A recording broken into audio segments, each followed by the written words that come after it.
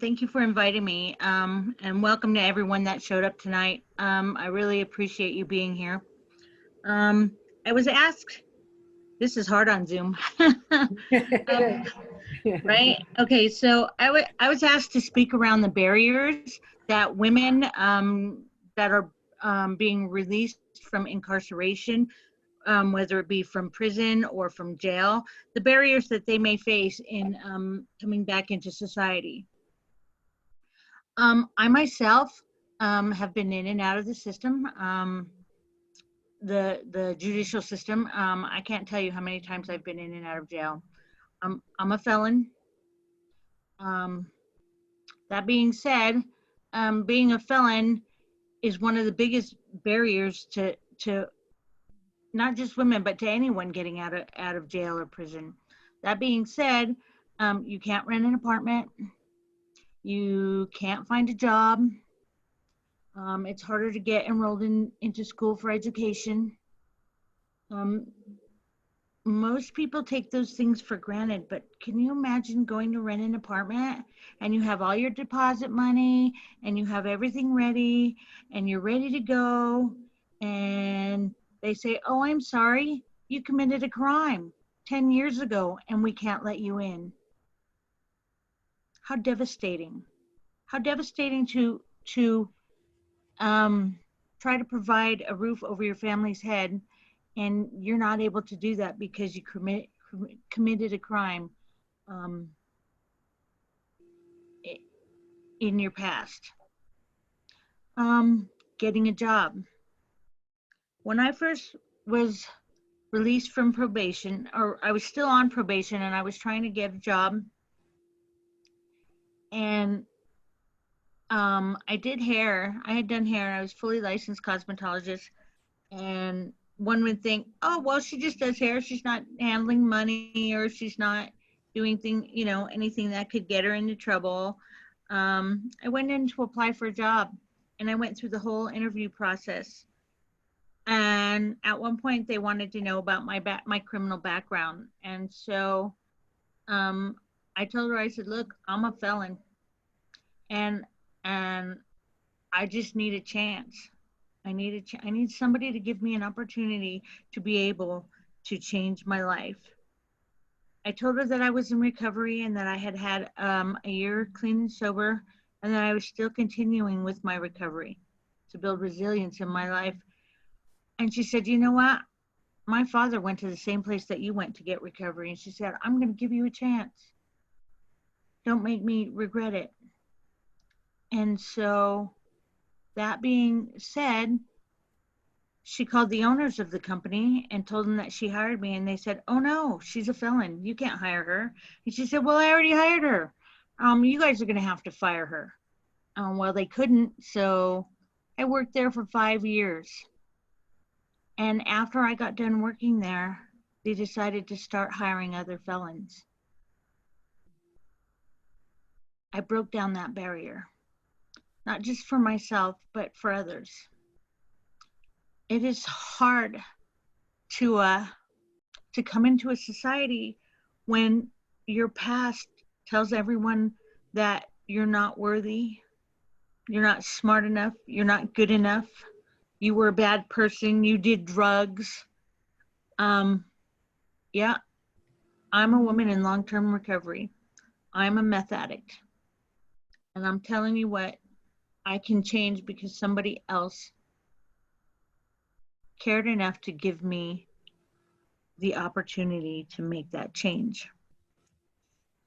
I would have to say other barriers to women in recovery would have to be housing. You know, I work for the University of Colorado as a peer specialist to help others. And most people would say, "Ooh, you work for the university," and it's a good job, and I have awesome benefits. But that's all fine and dandy. But what if you can't make a livable wage? See, when you get out of jail and out of prison, people already are looking down upon you because the stigma around it is horrible. But they don't want to offer you a good position because, because for whatever reasons, they're in judgment of you. And so, that being said, being able to find safe, stable housing is very difficult. Um, the background checks that they utilize today for even rental assistance or even for jobs, 9 times out of 10 give the wrong information. I've been clean and sober 11 years. My last charge was in 2006. To this day, it is very difficult for me to rent an apartment. And I cannot have a place of my own.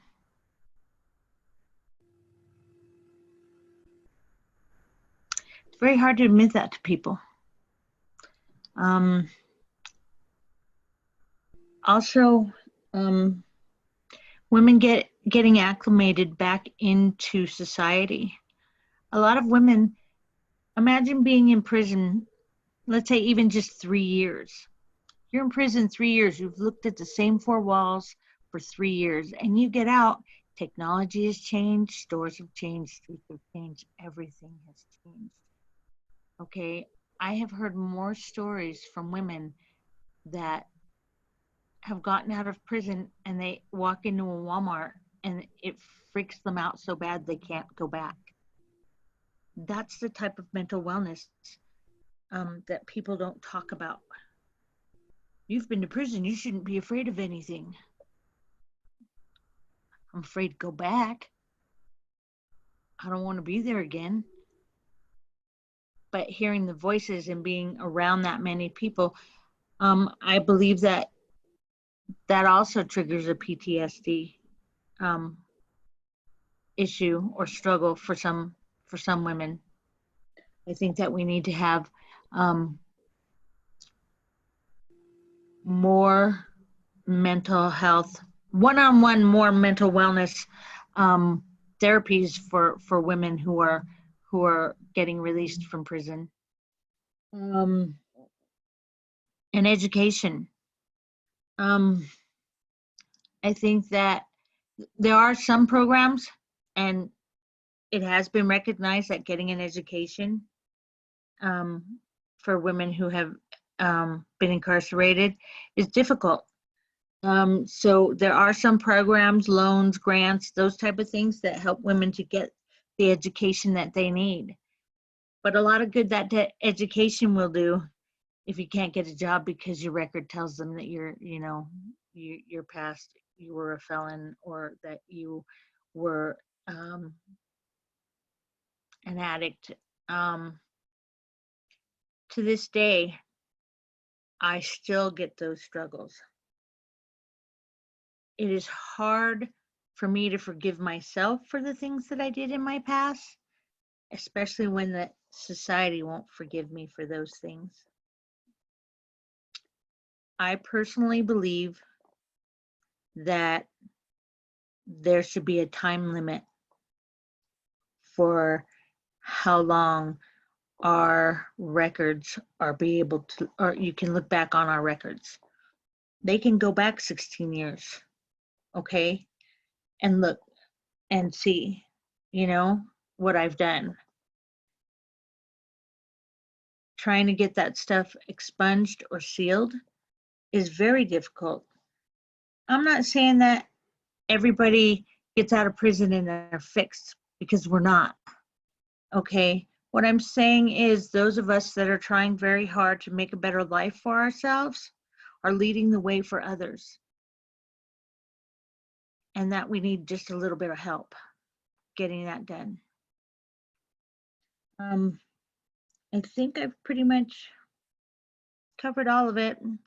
I just want you to know that I really appreciate all of you for showing up, and that you think twice next time you go to hire someone. Those of you who own businesses,